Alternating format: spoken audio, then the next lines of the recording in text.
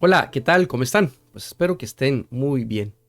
Vamos a estar estudiando esta semana, en este vídeo, el pasaje de Juan, capítulo 2, versículos 23 al 25, que le he titulado Jesús nos conoce a todos. ¿A quién iré en necesidad? Muy bien, como les decía, tengan sus Biblias a mano. ¿Están listos ya para iniciar con Juan capítulo 2, versículos 23 al 25? Vamos a estar hablando de el tema acerca de Jesús, como nos conoce a cada uno de nosotros. Tal y como así lo menciona este título, vamos a estar hablando de este tema y vamos a estar viendo este pasaje del día de hoy relacionado con los temas anteriores, con los vídeos anteriores del pasaje de Juan capítulo 2, versículos 13 al 22, y también vamos a estar relacionándolo con el primer pasaje que vamos a estar estudiando del capítulo 3, que es la historia de Nicodemo. Así que pongan mucha atención a estos detalles porque van a ser importantes posteriormente, y también para poder entender este pasaje del día de hoy necesitan revisar o ver los vídeos o los pasajes anteriores y el estudio previo que hemos estado haciendo, porque vamos a ver algunos elementos que no vamos a repetir acá, sino que ya están incluidos en el vídeo anterior. Dice así este pasaje: mientras Jesús estaba en Jerusalén durante la fiesta de la Pascua, muchos, al ver las señales que hacía, creyeron en su nombre.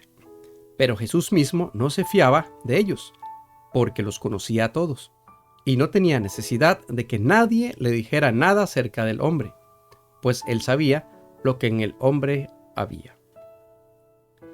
Jesús acá se está refiriendo al hombre como a la humanidad, o al ser humano, a las personas. Es decir, nos está contando acá el pasaje, viéndolo así por encima, que había una fiesta, que muchos habían reunidos en esa fiesta, es la fiesta de la Pascua, que ya vimos en el video anterior.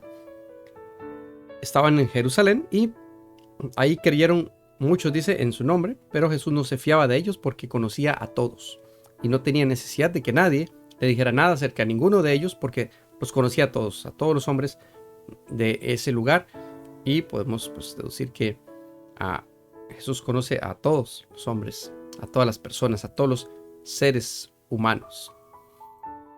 El tema principal de este pasaje entonces es el siguiente. Podemos resumirlo en esta frase: Jesús conoce a todos y lo que hay, además, en sus corazones. No solo conoce a las personas en su exterior, sino también dentro de cada uno de ellos. Vamos ahora a las preguntas que hacemos siempre a estos pasajes. La primera es: ¿dónde estaba Jesús? Y la respuesta a esta pregunta es en Jerusalén, durante la fiesta de la Pascua, que como vimos en el vídeo anterior del pasaje de Juan 2, del 13 al 22, por lo general duraba una semana. La fiesta de la Pascua se realizaba en un día y los días posteriores, 7 días posteriores, se realizaba la fiesta de panes sin levadura. Entonces era una semana entera la que ellos estaban allí. La segunda pregunta: ¿quiénes creyeron en su nombre? Dice muchos. Y al respecto de esta palabra muchos vamos a estar estudiándola ahorita, porque uno tal vez imagina que muchos pueden ser unas 100, 50 personas, pero vamos a ver un detalle importante aquí. ¿Por qué creían en Jesús? Dice que ellos creían porque veían las señales que él hacía. Jesús confiaba en aquellos que creían en él. Es la cuarta pregunta. Dice el pasaje que no confiaba en ellos. ¿Por qué no confiaba en ellos? Porque los conocía a todos y sabía lo que había en ellos. Ya hemos revisado el pasaje, hemos realizado las preguntas, nos queda muy claro de qué se trata, y ahora vamos a algunas palabras importantes y algunas expresiones también que es importante conocer. La palabra muchos, que es polis o polis en griego, significa multitud. Esta multitud se refiere a mucha gente, muchísima gente, un gentío. No son poquitas personas las que estaban alrededor de Jesús, sino que en realidad son muchas personas. Recordemos además que En la fiesta de la Pascua todos los hombres debían asistir si no tenían ningún impedimento físico. Imaginémonos entonces una cantidad enorme de personas que estaban asistiendo a Jerusalén para celebrar la Pascua en ese momento. Se estima que durante el sitio que se dio en el año 70 después de Cristo en la ciudad de Jerusalén, este sitio era rodear una ciudad, encerrarla para que los habitantes se murieran de hambre, no tuvieran acceso a comida, no pudieran salir, no pudieran comerciar, no pudieran hacer absolutamente nada. Se realizó en el año 70, como les digo, y eso fue realizado por el general Tito, según nos cuenta el historiador Flavio Josefo.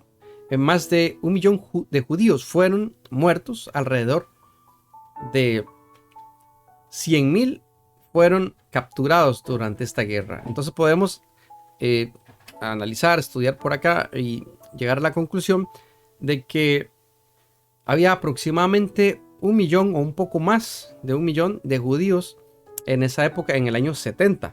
Es probable entonces que acá, para celebrar la fiesta de la Pascua en Jerusalén, había muchísimos hombres que eran los que estaban obligados a ir, y hombres género masculino eran los que estaban obligados a ir a esta fiesta, a esta celebración, y podrían ser unos 400,000 quizás, o tal vez un poco menos, pero aún así, si fueran 100,000 personas, sería muchísima gente la que estaba ahí. Cuando Jesús estaba predicando, aprovechaba la oportunidad para ir a predicarle a todo ese montón de gente, y a eso se refiere la palabra polis, que es una multitud enorme. Imaginémonos 100,000 personas ubicadas en un lugar, pues es demasiado, y eran obviamente mucho más que estas 100,000, era muchísima gente. Eso es un dato importante para entender entonces que Jesús estaba predicando a multitudes. En segundo lugar, podemos analizar también que este pasaje nos recuerda a Mateo 20:16 y Mateo 22:14, donde dice: muchos son llamados y pocos los escogidos. Muchas personas podían ser llamadas, podían creer en Jesús, podían estar atentos y creer en Él, pero no eran escogidos todos ellos. Como dice el pasaje por acá, Jesús no se fiaba de ellos. Y este pasaje también de Mateo nos recuerda que una cosa es ser llamado y ser discípulo de Cristo, como sí sucedió con otros en los pasajes anteriores que analizamos, por ejemplo Pedro, por ejemplo Felipe, por ejemplo Natanael. Ellos fueron llamados, fueron escogidos, pero fueron pocos, no fueron muchos. Los 12 discípulos eran esa cantidad nada más, entre tantísimos judíos que podríamos decir 1,100,000 o 1 millón, solamente 12 andaban cerca de Jesús. La otra palabra es semeión, en griego, señales, milagros, confirmaciones milagrosas o sobrenaturales. Estas señales las vamos a recordar por un video anterior que ya vimos. Estudiamos el pasaje de Jesús cuando estaba en las bodas de Caná de Galilea, y Jesús le dijo a su madre en ese momento que su hora no había llegado. ¿Qué tienes conmigo? Mi hora no ha llegado. Entonces, lo que se refería a Jesús, recordemos, era a que no tenía o no debía exponerse, porque la voluntad del Padre no era que en ese momento se expusiera públicamente. Sin embargo, ahora sí había llegado su momento, su hora, en esta celebración de la Pascua en Jerusalén. ¿Por qué? Porque aquí es donde Jesús empieza a presentarse como el Mesías a través de milagros, confirmaciones milagrosas, sobreabundantes, con predicaciones o enseñanzas increíbles que hacían que los judíos lo recordaran el Antiguo Testamento y las profecías mesiánicas, y recordaran y relacionaran lo que Jesús estaba haciendo en ese momento con lo que estaba escrito en el Antiguo Testamento. En este pasaje se dice que muchos creían en él, ya que los milagros eran una señal de que Jesús era el Mesías esperado. Sin embargo, al parecer, Jesús no estaba convencido de este creer de estas personas, y seguramente él conocía que sus corazones estaban mal, estaban desviados por alguna razón que no nos especifica acá, Jesús no confiaba en ellos, pero sí conocía sus corazones, sus pensamientos y sus intenciones, y simplemente, a pesar de que ellos creían en él, no los aceptó Jesús, no fueron aceptados por Jesús. Vamos con la tercera palabra, que es onoma, su nombre en griego. Es decir, cuando dice su nombre, este pasaje se refiere a Jesús, al nombre de Cristo. Esta frase se utilizaba para referirse a la persona en sí, al nombre de la persona que representaba pues esa persona misma, esa autoridad. Entonces, cuando el pasaje nos está hablando acerca de su nombre, se refiere a esto precisamente. Creyeron en su nombre. Creyeron en Jesús. Creyeron, quizá, que él era el Mesías. Quizás sí, quizás no. Pero creyeron en él. Sin embargo, Jesús no los acepta. Y la última frase, en el hombre había, anthropos, en griego, que se relaciona con persona o ser humano. No es específicamente hombre, como en el caso anterior, sino el hombre como ser humano, no como masculino, sino como ser humano, como humanidad, como persona en sí.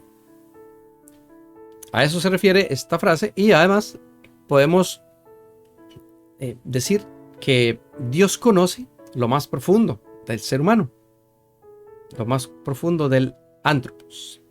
Podemos recordar la elección de David, por ejemplo, en 1 Samuel 16:7, donde se nos dice: no te dejes llevar por su apariencia ni por su estatura, le dice el Señor a Samuel a la hora de escoger a David, porque este no es mi elegido. Yo soy el Señor y veo más allá de lo que ve el hombre o de lo que el hombre ve. El hombre mira lo que está delante de sus ojos, pero yo miro el corazón. También en Juan 1:42, que ya lo vimos en un video anterior, donde Jesús le cambió el nombre a Pedro. Se llamaba Simón, ahora se llama Cefas o Pedro.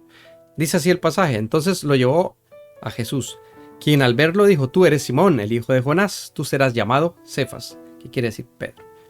Y además, recordamos también en un pasaje anterior, que le dijo a Natanael, con solo verlo de lejos, que él era un hombre sin engaño. En Juan 1:47 al 48. Cuando Jesús vio que Natanael se le acercaba, dijo de él: aquí tienen un verdadero israelita, en quien no hay engaño. Natanael le dijo, sorprendido, seguramente, ¿verdad? ¿Y de dónde me conoces? Jesús le respondió: te vi antes de que Felipe te llamara, cuando estabas debajo de la higuera. Lo reconoció con solo verlo a lo lejos y conoció su corazón también. Es decir, Jesús nos conoce. Y aquí hay muchos ejemplos y podemos ver otros. Por ejemplo, cuando en el capítulo 4 Jesús va a hablar con la samaritana, que está hablando en el pozo. Ella le pide que saque agua del pozo, ella está ahí. Y Jesús reconoce la vida de esta samaritana y los maridos que ha tenido, y con el que está no es el marido, dice Jesús. Pero también la historia del capítulo 3, que tiene que ver con Nicodemo, que vamos a ver también, donde Jesús descubre el corazón de él y le presenta pues su evangelio, el reino de los cielos. Vamos ahora a la interpretación. Durante el tiempo que Jesús estuvo en Jerusalén, durante la fiesta de la Pascua, él aprovechó para darse a conocer mediante señales. En la fiesta de la Pascua había muchísima gente y muchos de ellos creían en Jesús. La razón por la que creían eran los milagros que él hacía. Jesús no confiaba en ellos a pesar de que creyeran en él. Quizá por interés, por asombro, porque tenían una fe pasajera. A Jesús nadie tenía que contarle qué había en el corazón de las personas, porque él las conocía todas, y de hecho él nos conoce y sabe qué hay en nuestras mentes y corazones. Esto es lo que podemos encontrar en este pasaje. A manera de resumen, ya explicado, ya comprendido a través de las palabras y las preguntas que hemos hecho, llegamos a esta conclusión. Jesús nos conoce. Jesús conoce lo más profundo del corazón del ser humano. Y vamos ahora a la aplicación de esta enseñanza que nos deja el pasaje.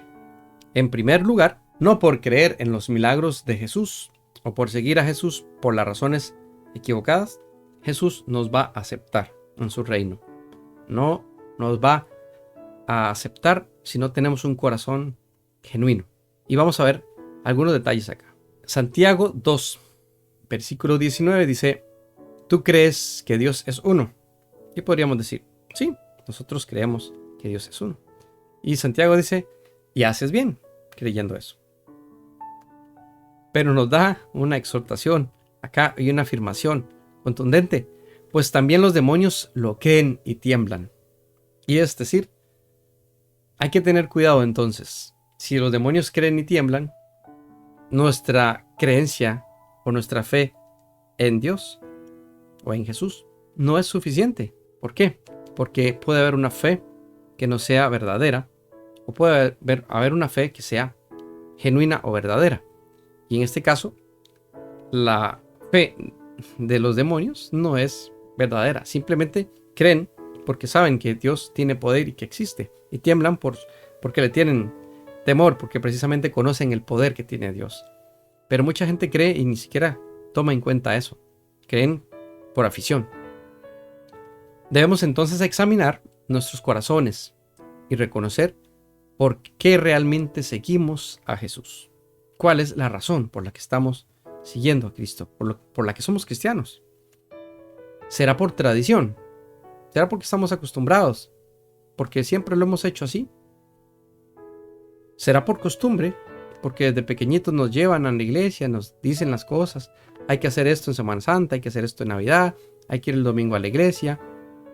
Porque estamos en un ministerio de alabanza, porque somos diáconos, porque somos ayudantes en la iglesia en algún servicio, porque estamos en la escuela dominical de maestros, o porque predicamos. Pero ¿será por costumbre, por tradición? ¿Será porque mis padres desde pequeño me llevan a la iglesia y ni siquiera me he puesto a pensar cuál es mi fe verdadera? Simplemente sigo la tradición de mis padres y sigo yendo. ¿Será que quiero hacer algo y por eso soy un poco activista y necesito estar haciendo cosas dentro de la iglesia para sentirme bien? Pero también por costumbre. ¿Será porque no encuentro una religión mejor a la cual ir? Porque solo conozco esta, porque me gusta más, porque lo que he escuchado a las otras no me gusta, o porque creo que el Dios del que me habla esta religión es más acertado que las otras religiones o que los otros dioses de los que hablan. Una cosa es seguir al Señor por lo que Él nos da, y otra muy distinta es ser apasionado por Él. Pensemos esto. ¿Será un Dios de religión, de tradición, un Dios de nombre? Y entonces seríamos cristianos nominales, o sea, cristianos de nombre simplemente, como aficionados a un partido o un equipo de fútbol. O en realidad somos apasionados, verdaderos discípulos que moriríamos por causa de Cristo. La segunda pregunta, o el segundo punto que podemos analizar y aplicar a nuestras vidas: no podemos engañar a Jesús. Y esto está muy claro. Lo hemos visto en el pasaje. Jesús nos conoce. No podemos escondernos, no podemos fingir una respuesta. La respuesta no me la voy a inventar para engañarme o para engañar a alguien. A Jesús no lo puedo engañar. Mateo 7, 21 al 23 dice: no todo el que me dice Señor, Señor, entrará en el reino de los cielos, sino el que hace la voluntad de mi Padre, el que está en los cielos. En aquel día muchos me dirán, Señor, Señor, ¿no profetizamos en tu nombre y en tu nombre echamos fuera demonios? ¿Y en tu nombre hicimos muchos milagros? Pero yo les diré claramente, nunca los conocí. Apártense de mí, obreros de maldad. Qué fuerte esta palabra. Le está diciendo a personas que estaban profetizando en nombre de Cristo y que probablemente esas profecías se cumplían. Le estaba hablando a gente que estaba sanando enfermos, y esos enfermos oraban por ellos y los enfermos se sanaban. Eran personas que le decían Señor, Señor, mi rabí, mi dueño, mi dueño. Eran personas que decidían voluntariamente servir al Señor e incluso echaban fuera demonios. Y ustedes saben que para echar fuera demonios no lo puede hacer uno en el nombre de cualquiera. No lo puede hacer cualquier persona. Muchos lo intentaron. En la Biblia está escrito y salieron corriendo porque los demonios los dejaron sin ropa. Y estas personas, que al parecer estaban llenas de Dios, echaban fuera demonios, sanaban, profetizaban y le decían a él: Señor, eres mi Señor. Dios los aborrece y Jesús les dice: nunca los conocí, apártense de mí, obreros de maldad. No forman parte del reino de Dios, no están ahí. Si ellos no están ahí, alguien que no profetiza, alguien que no echa fuera demonios, alguien que no ha sanado a nadie, alguien que no le llama Señor, que no lo tiene como Señor en su corazón, ¿podrá entonces entrar si ellos no entran? Es una pregunta dura, difícil. Pero muchas veces estamos acostumbrados a hacer y hacer cosas y hacer cosas, o a pedirle cosas a Dios y a pedir y a pedir y a pedir. Pero no somos verdaderamente sus discípulos. No somos en realidad lo que Jesús quiere que seamos, como esta multitud de la cual Jesús no se fiaba. Muchas veces podemos estar haciendo cosas en la iglesia, cosas en la calle, ayudando a los pobres, a los necesitados, pero estamos lejos de Dios. Jesús no nos reconoce ni siquiera, porque no hemos entregado nuestro corazón, nuestra vida, apasionadamente día por día al Señor. No podemos engañar a Jesús. Nos podemos engañar a nosotros tal vez, o a los demás, pero no a Jesús. Y esto nos lleva al tercer y último punto. No nos engañemos a nosotros mismos. La respuesta que yo me doy debe ser sincera. No puedo obviarlo, no puedo pasar desapercibido.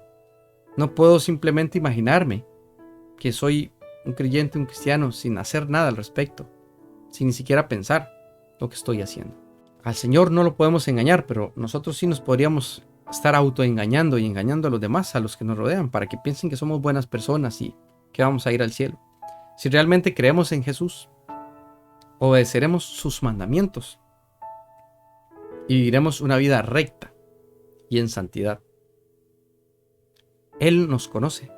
Él sabe de qué tenemos necesidad. Él sabe qué pensamos. Jesús sabe qué decimos, qué sentimos, qué anhelamos realmente. En este caso, nuestra vida deberá ser un ejemplo claro de que Jesús vive en nosotros y que nuestra vida entera, todo lo que hacemos, gira alrededor de Él.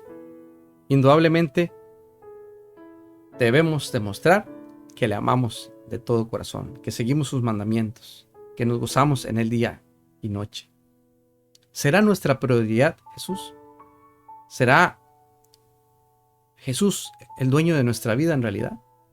¿Será que cuando decimos que creemos en Dios, no estamos diciendo que creemos como aficionados, sino estamos diciendo que entregamos nuestra vida al Señor? ¿Será que vivimos una vida monótona, rutinaria, llena de oficios, de cosas que hacer? Nos llenamos de ministerios, nos llenamos de oficios, nos llenamos de cosas para tratar de comprar al Señor, como si la salvación se pudiera comprar. O simplemente vivimos una religión. Simplemente vamos todos los fines de semana a la iglesia. Simplemente queremos formar parte sin involucrarnos en realidad, sin comprometernos con el Señor. El Señor pide todo de nosotros. Jesús pide nuestro corazón. Cuando los discípulos se acercaron a Él y Él les llamó, ellos dejaron todo y le siguieron de inmediato. Pero esta gente decía que creía en Él por los milagros, pero estaban lejos de Él. Su corazón estaba lejos de creer realmente en Jesús. Y si el diablo cree, la gente también puede creer y no precisamente ser cristianos, ser creyentes, ser seguidores de Jesús. Pensemos en esto y repensemos para nosotros mismos si en realidad lo que estamos haciendo lo hacemos de corazón, con pasión para el Señor. O si muchas veces buscamos a Dios, pero nuestra vida, nuestros hechos, nuestro corazón, nuestra mente están en otra cosa, pensando en proyectos mundanos, pensando en dinero, pensando en gastar el tiempo como si fuera eterno este cuerpo humano, haciendo un montón de planes en la tierra y olvidándonos de lo que Dios nos dice, no hacer riquezas, ni tesoros, ni planes acá en la tierra, sino en el cielo. Estamos aprovechando el tiempo para predicar el Evangelio en toda oportunidad que tenemos, o quizás ni siquiera están algunos yendo a la iglesia, están leyendo la Biblia, están orando día a día. Si desperdiciamos el tiempo, no podemos decir que creemos en el Señor, porque un día podría el Señor decirnos: nunca los conocí, apartados de mí, hacedores de maldad. Pensemos por un momento en esto. Jesús nos conoce a todos. Quiere que le amemos, que le reconozcamos como Señor, dueño de nuestras vidas. En realidad, Él es nuestro dueño, nuestro Señor. En realidad, nosotros hemos decidido vivir para Él. Lo que hacemos, lo que pensamos, todo lo que somos gira alrededor de Jesús.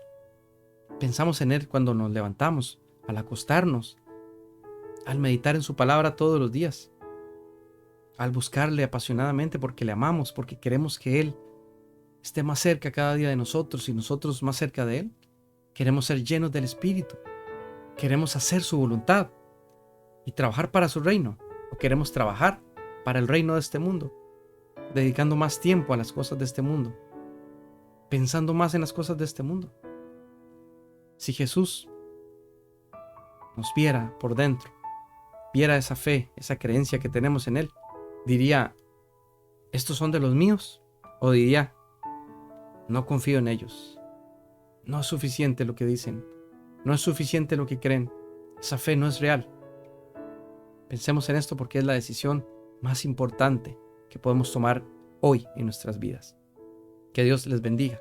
Nos vemos en el siguiente vídeo, que va a estar muy bueno, muy apasionante. La historia de Nicodemo en el capítulo 3, que nos habla precisamente de la continuación de este pasaje, donde Jesús encuentra a alguien que realmente acepta de todo corazón a Jesús y decide seguirle.